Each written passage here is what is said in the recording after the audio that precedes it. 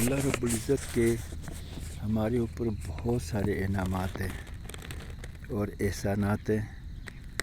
اگر ہم میں سے ہر کوئی سوچے تو نتیجہ تقریباً ایسے ہی ہوگا۔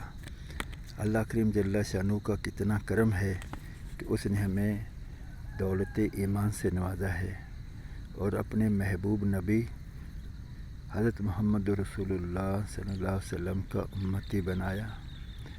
عمدہ ماحول میں ہماری پرورش فرمائی، ہمیں علم عطا فرمایا، رزق عطا فرماتا ہے، پرسکون دل دیا، اعضائے بدن کی صحت اور سلامتی عطا فرمائی، سردی گرمی سے بچنے کے لیے چھت عطا فرمائی، خوبصورت گھرانہ عطا فرمایا، اچھے رشتہ دار دوست اور ساتھی دیے، چہرے پر مسکراہٹ سجا دی، پہننے کو لباس اور کھانے کو روٹی عطا فرماتا ہے۔